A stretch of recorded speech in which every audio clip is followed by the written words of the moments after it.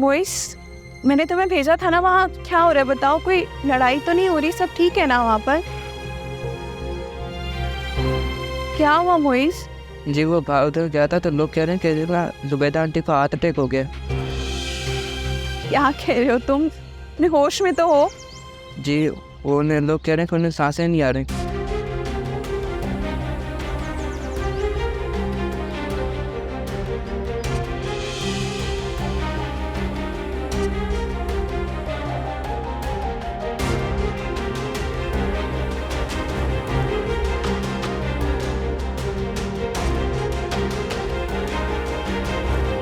अम्मा,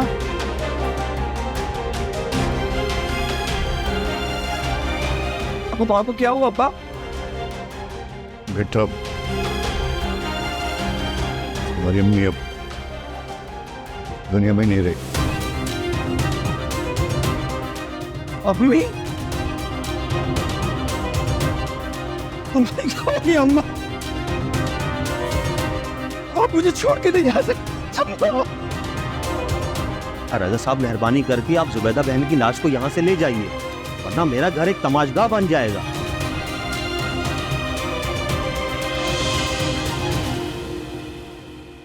तमाशा तो अब तुम दोनों का बनेगा। ये तुम क्या कह रहे हो शहजाद? मेरी माँ की लाश उस वक्त तक यहाँ से नहीं उठेगी जब तक हमारे साथ इंसाफ नहीं हो जाता। तुम्हारे ये मफरूजे समझने के लिए मेरे पास वक्त नहीं है। उठाओ अपनी माँ की लाश को और चलते बनो यहाँ से। मैं एक मिनट के लिए भी तुम्हारी माँ की लाश को यहाँ रखने के लिए तैयार नहीं हूँ। लगता है कि तुम्हारा ज़मीर सो गया।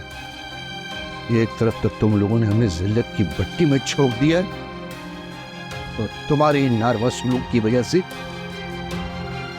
मेरी बीवी हमसे नाता तोड़ गई। तुम्हें अभी तक मेरे दर्द का एहसास नहीं? बचाल है कि तुम्हें जरा सी भी इंसानियत बाकी रह गई। अरे तुम लोग इंसान हो गए जानवर। लगता है आप लोग इस तरह नहीं समझेंगे। मैं अभी मोहल्ले के लोगों को जमा करता हूँ, वो इनकी लाश को घर तक पहुंचाएंगे। अगर किसी ने मेरी माँ की तरफ एक कदम भी उठाया, उसकी मैं टांगे तोड़ दूंगा। शहजाद, तुम हद से बढ़ रहे हो और मेरी शराफत का नाजायज फायदा उठा रहे हो। तुम लोगों की वजह से मेरी माँ दुनिया से चली गई।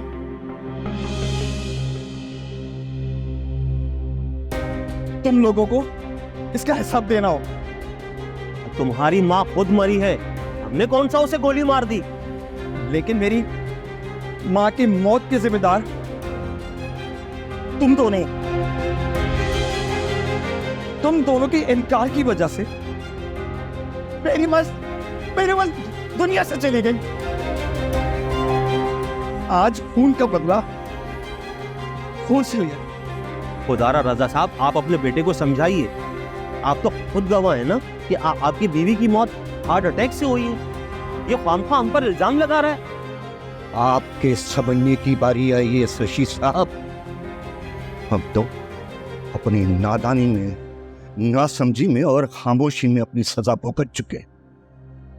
आपकी बारी है तो कदम उखड़ गए। ठीक कहता है मेरा बेटा, अब आपको इसका हिसाब चुकाना पड़ेगा। आप इस वक्त चाहते क्या है मुझसे? आपसे नहीं, आपके बेटे से।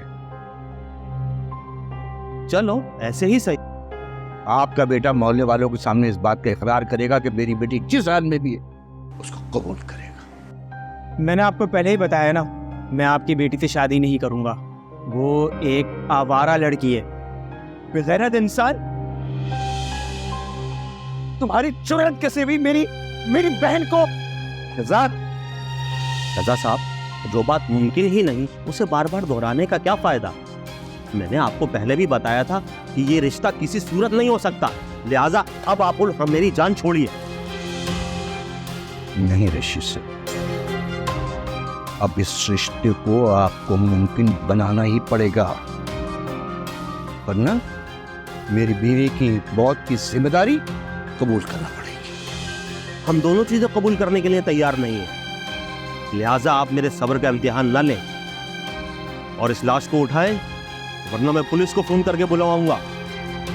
पुलिस को आप नहीं बुलवाएं, हम बुलवाएं, क्योंकि मेरी बीवी की मौत आपके घर में हुई और इसके जिम्मेदार आप लोग हैं। ये सरासर बेबुनियाद इल्जाम है, आप समझने की कोशिश क्यों नहीं कर रहे? शहजाद, मेरा ख्याल है कि पुलिस को बुलवाओ। ये लोग इस तरह नहीं मानेंगे, बहुत ढीठ लोग हैं, ये डंडे की जबान समझते हैं। शहजाद रुको। राजा साहब, कुछ तो हमारी इज्जत का ख्याल कीजिए। जब आपने हमें इस काबिल ही समझा तो आप कैसे मुस्तहिक हो सकते हैं इस बात के?